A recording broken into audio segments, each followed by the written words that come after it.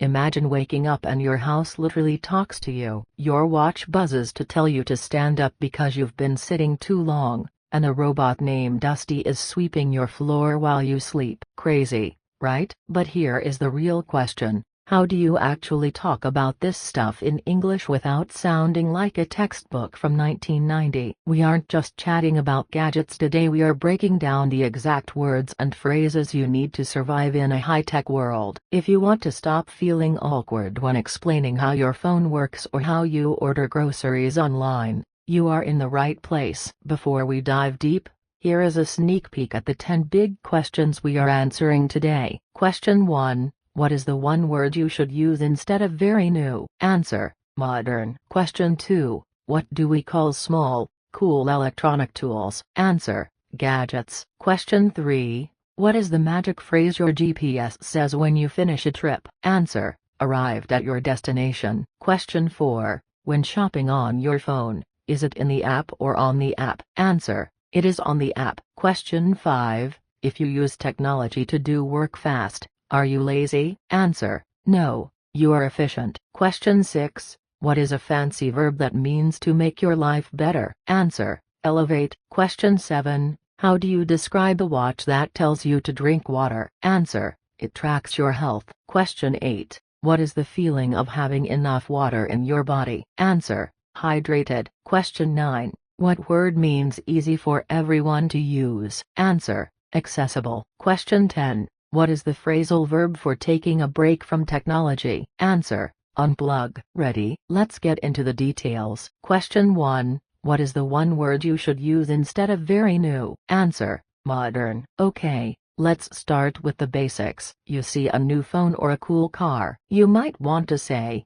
wow, that is very new. But in the US, especially when we talk about technology or style, we use the word modern. Think about it like this. Writing a letter with a pen and paper? That is old school. It takes a week to arrive. But sending a text that arrives in 1 second? That is modern. When something feels fresh, current, and uses the latest science, it is modern. You can say, I am feeling very modern today because I'm using a smartwatch. It sounds much more sophisticated than just saying new. It implies that you are keeping up with the times. So, next time you see a cool piece of tech, don't just say it's new. Say, wow, that is such a modern design. Question 2. What do we call small, cool electronic tools? Answer: gadgets. We all love our toys, right? But as adults, we don't call them toys, we call them gadgets. A gadget is any small mechanical or electronic device with a practical use,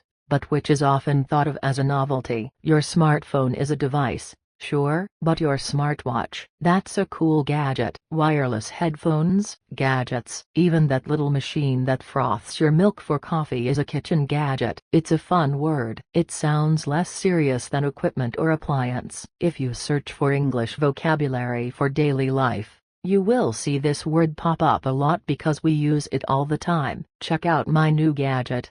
Implies you are excited about it. It's not just a tool, it's something that makes you smile while you use it. So, if you love tech, tell people, I love collecting new gadgets. Question 3. What is the magic phrase your GPS says when you finish a trip? Answer: arrived at your destination. Let's talk about getting lost. We've all been there. Before smartphones, we had these huge paper maps that were impossible to fold back up. It was a nightmare. Now, we have GPS. The most satisfying feeling in the world is when that robot voice finally speaks up at the end of your drive. But pay attention to the grammar here. The voice says, you have arrived at your destination. We don't say arrived to. That is a common mistake. You go to a place, but you arrive at a place. I arrived at the bank, or I arrived at the party. The destination is just the fancy word for the place you were going. It saves so much stress. You don't have to worry about turning left or right anymore, you just wait to hear those magic words. So remember the preposition, arrive at. Question 4. When shopping on your phone, is it in the app or on the app? Answer: it is on the app. Shopping has changed, guys. I admit it. I can be a little lazy. I hate crowded supermarkets with long lines and loud noises. So, I do my grocery shopping with my phone. Here is the grammar rule that trips people up. When you are using software on your phone to buy eggs or milk, you are buying them on an app. Think of the internet and software as a surface you are surfing on. You are on Facebook, on Instagram, and on the shopping app. You are not in the internet, so you would say, I ordered my groceries on the app, and a kind person brought them to my door. It's super convenient. Convenient is another great word. It means it fits well with your plans and saves you trouble. So, say it with me, I bought it on the app. Question 5. If you use technology to do work fast, are you lazy? Answer, no. You are efficient. Let's be real. If you have a robot vacuum cleaner, let's call him Dusty, and he cleans your floors while you sit on the couch watching TV, does that make you lazy? Absolutely not. You need to change your mindset. You are being efficient. Efficient means achieving maximum productivity with minimum wasted effort. If I can talk to my lights and say, turn on, instead of walking across the room to hit a switch, I am saving time. I can use that time to do other things, like learn English or cook dinner. So, stop calling yourself lazy for using smart home technology. You are just being efficient. You are letting technology do the boring work so you can do the fun work. That is the smart way to live. Question 6. What is a fancy verb that means to make your life better? Answer, elevate. This is a beautiful word that you should definitely add to your vocabulary. Elevate, literally, it means to lift something up higher. An elevator lifts you to the next floor, right? But in conversation, we use it metaphorically. We say technology elevates our lifestyle. It lifts our daily life to a higher level. When you use a video call to talk to your brother who lives in a different city, and you can see his face and his dog, that elevates your communication. It makes it better, higher quality, and more special than just a text message. If you want to sound really smart, don't just say it makes my life good. Say, this technology really elevates my daily routine. It implies improvement and sophistication. Question 7. How do you describe a watch that tells you to drink water? Answer, it tracks your health. Let's talk about health. Modern smartwatches are like having a strict teacher on your wrist. They count your steps. But what is the verb for this? The verb is to track. To track means to follow the progress or development of something. My watch tracks my steps. It tracks my sleep. It tracks my heart rate. If I sit on the sofa for too long, my watch vibrates. It buzzes me. It's a reminder to move. Hey, you haven't moved in an hour.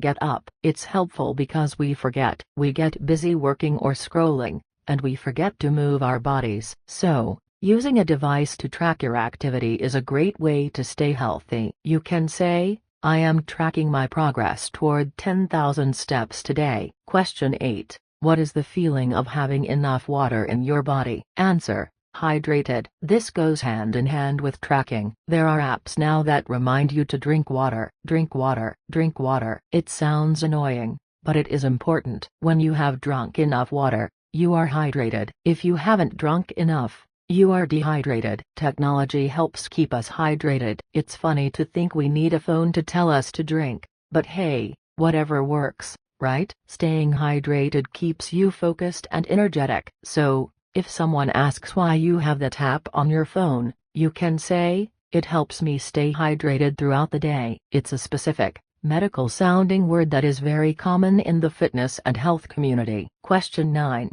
What word means easy for everyone to use? Answer, accessible. This is a really important concept. Technology isn't just about cool toys, it's about learning. Think about learning English. Years ago, you had to carry a big, heavy book. You had to go to a classroom at a specific time. If you didn't have a car or money for the class, you couldn't learn. But now, you can listen to a podcast on the bus. You can use a dictionary app in your pocket. You can translate words instantly. This makes learning accessible. Accessible means easy to approach, reach, enter, or use. Technology makes education accessible to everyone, no matter where they live. If you look up videos on how to learn English fast, the #1 tip is always to use the accessible tools you already have on your phone. It opens doors for people. That is the true power of technology. Question 10. What is the phrasal verb for taking a break from technology? Answer: